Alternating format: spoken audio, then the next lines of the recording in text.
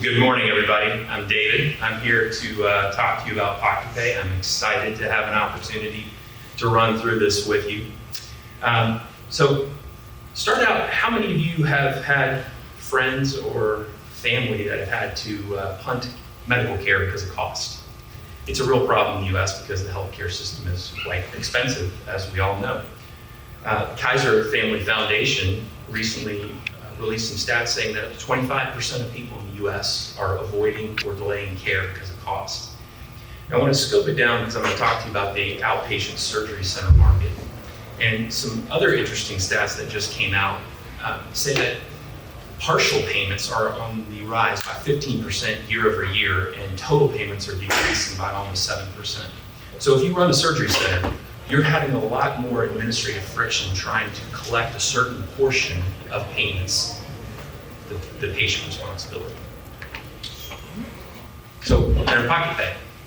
It's a transparent payment option for patients to go through and take care of their out-of-pocket obligations for expensive surgical procedures.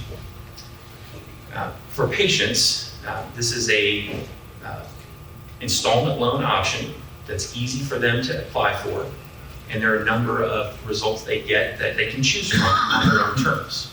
For providers, it's removing that friction that they have to go become a collection agency to pull down and grab patient responsibility. And also it helps them increase their utilization because people aren't going to punt their care. Okay, a little bit about the team. So this is the brainchild of Dr. Doug Tucker, who's a pain management doc here in the area. He and his partner, Ryan McGuffey, saw this firsthand and they set out to create a platform to solve this problem. They brought in Ben Hubbard, who I think is the assistant mayor around here, and Stephen DeManny to help build this, and have been building over the last 24 months. So this is a product that's been in market for 24 months. It has revenue today, and it's moving out of the build and test the technical side of things into the build and test the go-to-market side of things, and that's where I come in.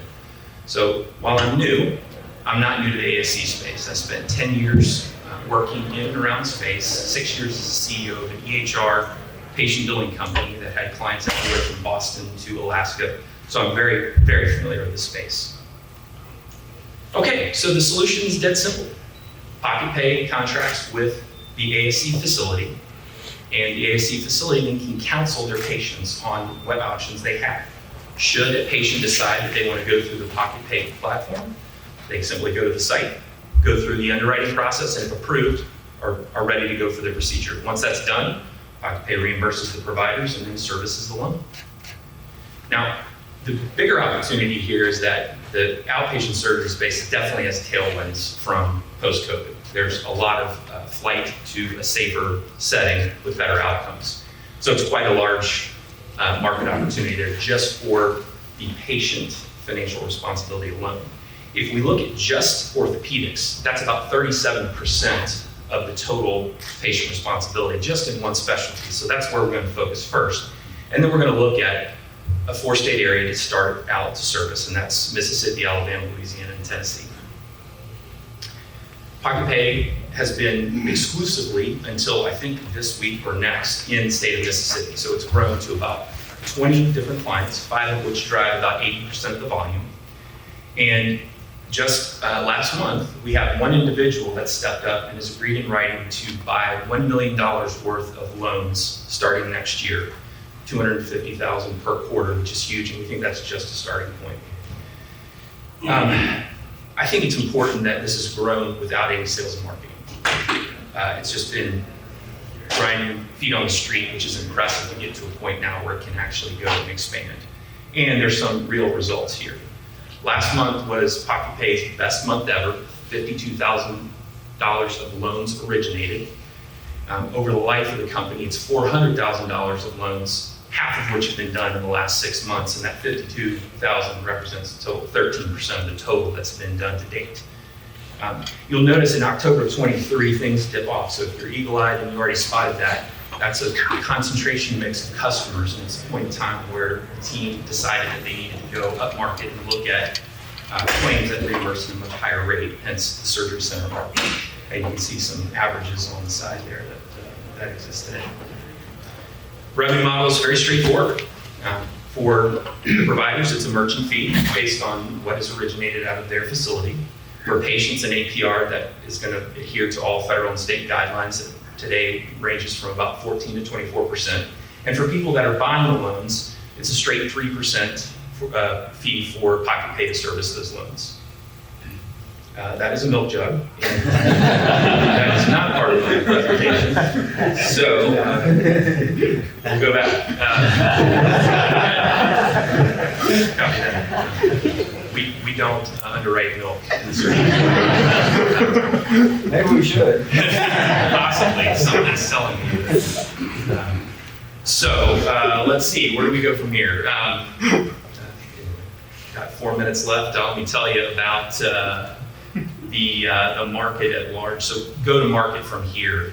So if we think about the market opportunity that I showed you guys and the opportunity just within the 4-state region, that's about $308 million of total available loans to originate in just that area. So there's an exciting opportunity to move beyond that.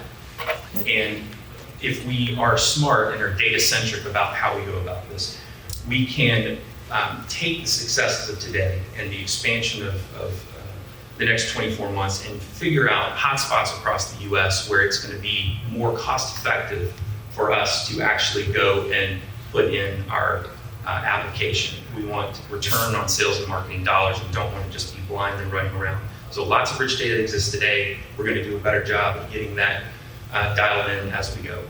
On a competitive front, there is one big company that's in the space today. CareCredit is a name that many of you may have heard.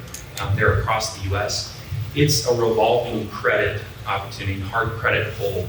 So PockitPay is in, imagine the correct quadrant here, of installment loans that can go in and sit alongside something like CareCredit so that the patient counseling reps can actually give those patients an opportunity to choose between one or the other and make things more affordable for them.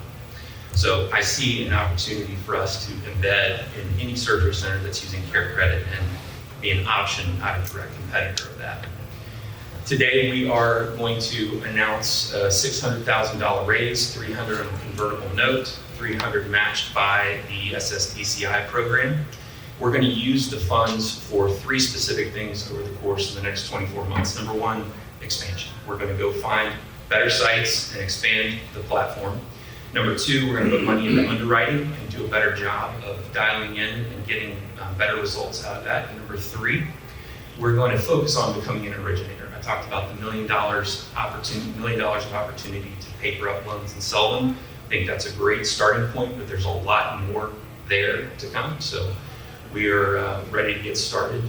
I'm going to pause at the 8-minute mark and let you guys fire up some questions. And Tom, what's your default rate? Right now it's at 9%, working back, and I want you to frame that as the first 2 years have been really dialing in the technology.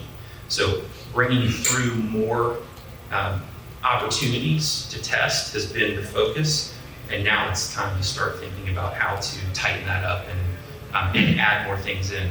I'd also add on that note, today, TransUnion and Plaid are the primary drivers for underwriting, so I want to reach out and tap into the other 2 major credit agencies. So that would kind of be underneath what we're talking about when we say agreement. So if you have a default rate, means that you're guaranteeing the loan? Are you guaranteeing 100% of it? We're guaranteeing the loan, paying the provider, so they're being paid within roughly 7 business days of performing the service, less that service fee that we're going to take from them. So what's the liability of the person backing the loan, the financial institution? So right now, the financial institution is Well, we own the paper. Paper, yeah, We own but- the paper. We right. have an agreement with the provider, basically saying you indemnify us for continuing all of your performance of services. So you're not, I don't follow how you say you're selling these, you're selling the opportunity to. I thought you said you had coming up a certain amount of loans. So you're reselling the loan. I got you. Yes, correct. Can you give an example of who that might be? Is it what type of institution that you're reselling to? Right now, that's an individual, a single individual. There's, I think, an opportunity to think about things in terms of family office buyers in the near future as well. So that's part of the exercise in the next 24 months, is proving that out. Thank you. Thank you for the question. So what type of return are you providing the person who buys the paper? Right now, we're trying to get it into the 8 to 10% range return. So really trying to dial in everything we've got, proof of concept. Now we need to get cost of capital, taken care of, start being a little more focused on the unit economics, and that's part of this time frame. Again, it's growing a company that's proven out that the technology is stable and works. We've got a growing appetite for this. And I think based on my experience and what goes on in the business office of the surgery center, there's a need for additional offerings to clients that are stressed right now in this economy, trying to figure out how they're going to make payments with inflation and hitting the dinner table and the gas tank. Yes, sir. As you think about secondary purchasers of this paper, have you considered going to like subprime banks or financial institutions that focus on subprime loans, like folks who do like car stuff or housing stuff? Have you thought about maybe offering this as a different vertical for them to do? Yes, that's a great point. And so there's some conversations on the horizon with some individuals that fit that criteria. So just to be clear, very early on in this process, and want to tap into all of the likely opportunities that such as what you're saying. Cool. Thank you, everybody.